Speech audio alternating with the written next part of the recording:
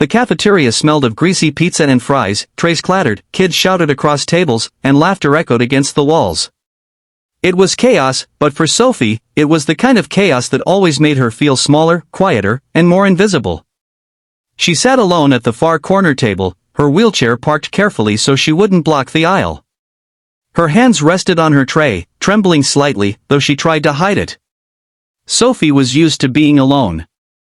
Used to the stares. Used to the whispers. But no matter how much you get used to it, cruelty always finds a way to sting. Sophie wasn't born in a wheelchair. An accident when she was 8 had left her unable to walk, and life since then had been a series of adjustments, battles, and silent tears.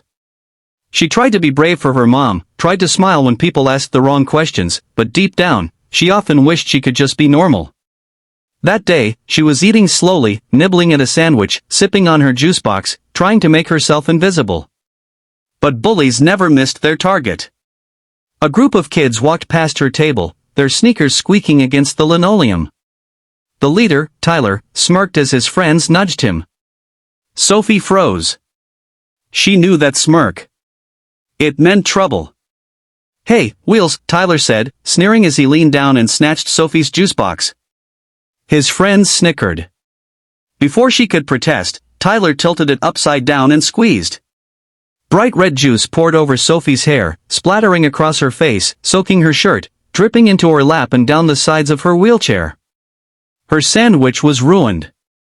Her books, drenched. The cafeteria went silent for a moment, then exploded with laughter. Some kids pointed, some covered their mouths, others just stared. Not one person stepped in. Sophie sat frozen, her breath caught in her chest. She felt the sticky liquid sliding down her arms, pooling on the seat of her chair. Her cheeks burned with humiliation. Her throat tightened, her eyes blurred with tears. But she refused to cry in front of them. She swallowed hard, staring down at the ruined tray. Inside, she whispered, "Why me? Why always me?" But what Sophie didn't know was that someone was watching. At the table across the room, a girl named Imani had seen everything. Imani was new. She had transferred only a few weeks ago. A black girl with tight curls pulled into a puff, sharp eyes that missed nothing, and a fire in her chest that came from years of learning how to fight battles nobody else wanted to fight. She knew what it was like to be targeted. She'd been called names in her old school. Been told she was too loud, too angry, too much. People had judged her skin before her character. And she had promised herself that she wouldn't let cruelty slide, not anymore. And in that moment, watching Sophie's humiliation, she made a decision. Not today. Not in front of me. Sophie's silent struggle. Sophie wheeled herself out of the cafeteria, juice dripping from her hair, her clothes sticking uncomfortably to her skin. The laughter still echoed in her ears. She didn't go straight to class. Instead, she stopped in the bathroom, locking herself in the accessible stall. She stared at herself in the mirror across the room.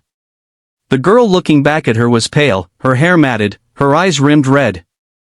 She whispered, "I hate them. I hate me. I just want to disappear." Her wheelchair felt heavier than usual, like a cage instead of freedom.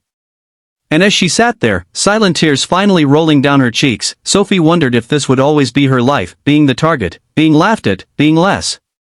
Imani's quiet promise. Imani leaned against the bathroom wall outside, waiting. She had followed Sophie without making it obvious.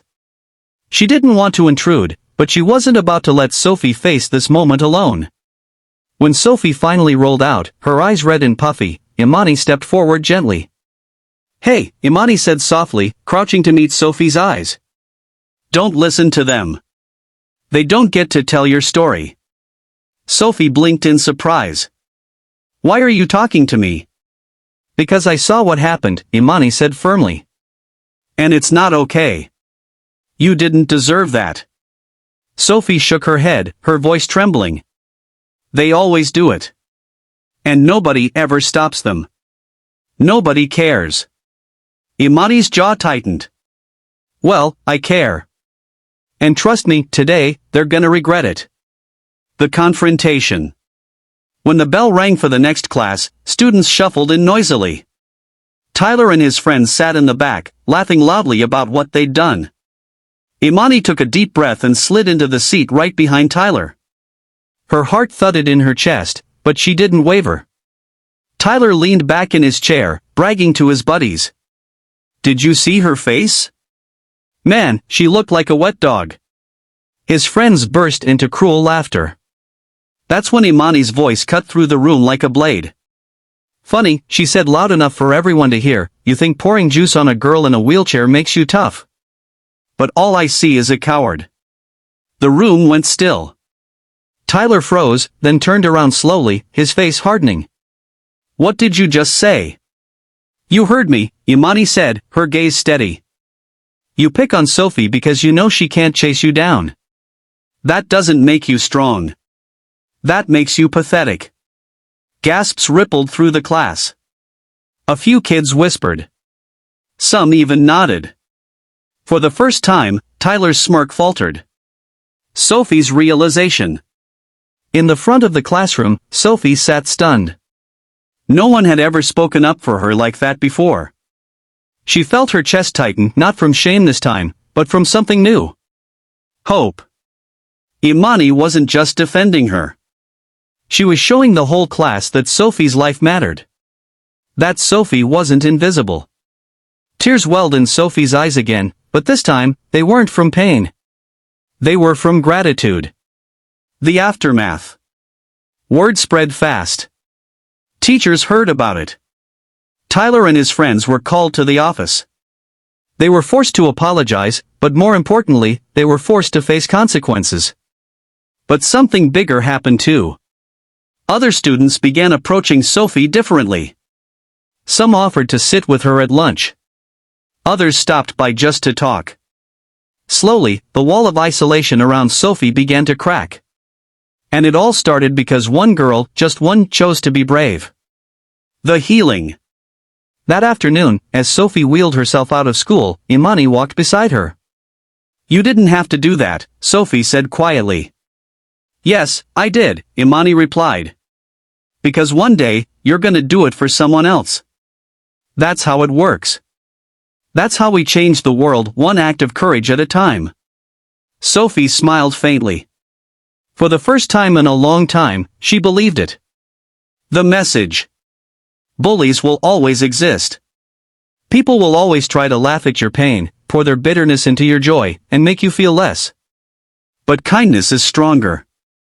Courage is stronger.